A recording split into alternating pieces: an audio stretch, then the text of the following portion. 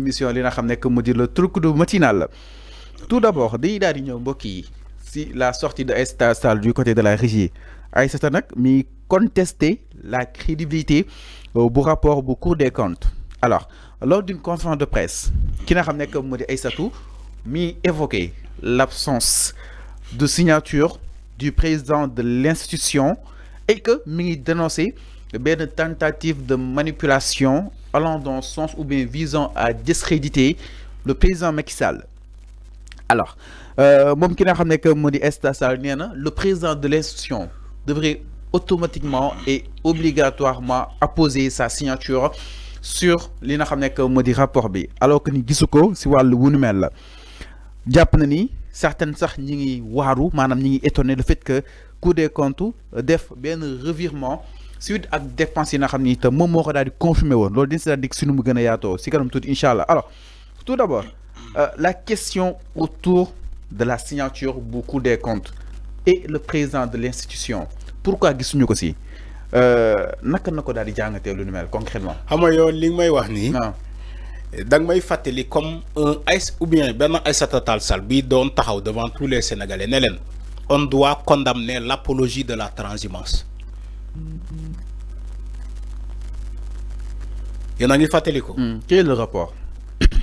yaa ngi may fàttaliku une dame bi doon taxaw Sénégalais di leen jaay fulla di leen jaay ni que moom loxoom dafa set ni que moom du lëkkaloo ak ñu tilim ne leen au Sénégal on doit condamner l'apologie de la transhumance nga xëy transhumer tu es l'auteur des propos nga jalkati say propos daal di transhumer c'est Aïssata Tall Sall qui l'a fait dans ce pays.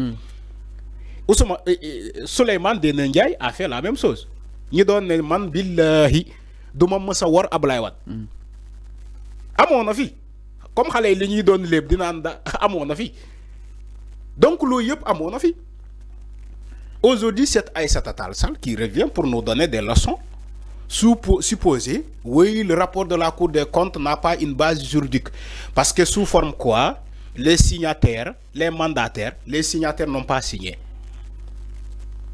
C'est ce qu'elle a dit. Moi, je vais rejeter la forme du rapport. Parce que le rapport bi amul signature. Wow. C'est une Aïssata Tall Sall, qui était la ministre de la Justice, ci jamono Macky Sall. Aïssata Tall Sall, qui était garde des Sceaux, ci jamono Macky Sall. Une décision de la Cour des comptes a été rendue au Sénégal sans la signature du 5e mandataire. Au Sénégal, nous validons quoi? Ba avocat Ousmane Sonko yi ñu déposé comment dirais-je rabat d'arrêt yéen a ngi fàttaliku lool ñaata rabat d'arrêt la ñu déposé au niveau de la Cour suprême sous forme que la 5e signataire du nom de Aïssata Ba je ne sais pas n'a pas signé ce rapport de la Cour suprême Aïssatou Ba mais ñoom ils ont validé ce document là. xam nga man su may wax dama tooñ kenn man damay andi ñoom lu ñu def. non attends ma ñëw foofu laa bëgg a ñëw. fii les choses sont sérieuses. voilà fii lay leeree. fii les choses sont man sérieuses. je fais là on parle de la Cour des comptes. là on parle pas d'un procès de mœurs. ma ñëw. ok xam nga quand je te dis que c'est un document à caractère juridique. moo tax ma andi la ces choses là. ok ils ont validé des documents non conformes où il manquait de signature. Macky Sall a validé ce document-là dans ce pays.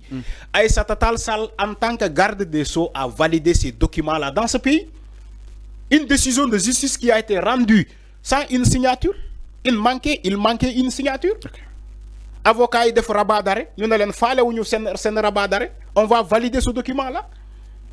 Aujourd'hui, cette dame-là est en train d'attaquer un rapport de la Cour des comptes qui a une base juridique. Mu ne woy amul signature. Il faut aller dans le site et regarder ban rapport la Cour des comptes mësa def te mu am signature dama leen ngeen xool tous les rapports qui ont été publiés par la Cour des comptes waxoon naa ko fii nee naa la Cour des comptes forme ak fond bu ñu doon utiliser di defar seen rapport changé wuñu ci benn virgule changé wuñu ci dara lii la ñu yàggee defar seen rapport yi te ñoom ñu validé ko ñoom Macky Sall quand ils étaient là yàgg nañu valider les rapports de la Cour des comptes xanaa tey la rapport bi amul signature xanaa tey la rapport bi amul signature ñoom moment bu ñuy valider ces rapports là pourtant rapport yi nii la yàgg a tëddi. non non ñoom yàgg neen non enfin ñoom nee nañ fi yàgg na am signature. fan. léegi est-ce que waa mais léegi. nañu génnee rapport des cours des comptes bu am signature. la préciser. dama ne Fallou il faut donc nangu ngeen que rapport bi kon amul signature. dama ne rapport bi amul am na ay signataires des siégeants. non non le président de l'institution leen wax. Fallou la page 45 du rapport. il faut aller à la page 45 du rapport. bu fekkee yaa ngi yor rapport bi. demal page 45 demal page 45. demal à la page 45 du rapport. Okay. Ils ont précisé en détail ni que le président de la chambre Bakhoum moom moo siégé moom moo présidé la chambre de la délibération. Et aussi ils ont précisé ni que le signataire qui était le greffier bi leen assisté. Le greffier Ngom Ndong xawma su ma juumul Ndong ñoom ñoo nekkoon à la supervision donc de la délibération. Ils ont précisé à la page 6 et à la page 45 man yoruma rapport bi de mais dama la koy wax parce que dama ko maîtriser. Mais yow léegi mën ngaa dugg nga xool. 45. waaw léegi xoolal 45. C'est en définitive les travaux de la Cour. Sur la situation globale des finances publiques, en particulier l'exécution du budget général et des comptes spéciaux du Trésor, ainsi que l'endettement et la trésorerie présentées dans le rapport du gouvernement, ont abouti au principe constatation suivante. Tirage sur ressources extérieures supérieures à des affichés dans le rapport du gouvernement, encours de la dette supérieure à celui figurant au rapport du gouvernement, disponibilité du trésor supérieur à celle indiquée dans le rapport du gouvernement, entre autres. Bref, le président du chambre, Ibrahim Babacar Bakhoum, greffier, Malik Mangornong, mais amul signature. Il faut le préciser. Mais voilà l'union présentée quand on citait les noms. Mais amul signature quand même. Comment la Cour des comptes, les noms là. Mais il parle de signature. Non, il faut préciser en fait. Damane. La Cour des comptes lu mu def nii lii la yàgg a def il y a aucun rapport de la Cour des comptes bi am signature parce que version électronique la. Alors mais ñi jàpp ni aussi la sortie de Ayib Daffé dafa mel ni ku xaw a dugal li nga xam ne que moo di wala kon ku xaw a ñu toogaat ñu remettre en question l'authenticité justement de ce rapport moom nee na rapport bi signature bi mi ngi ci président Bassirou Diomaye Diakhar Faye.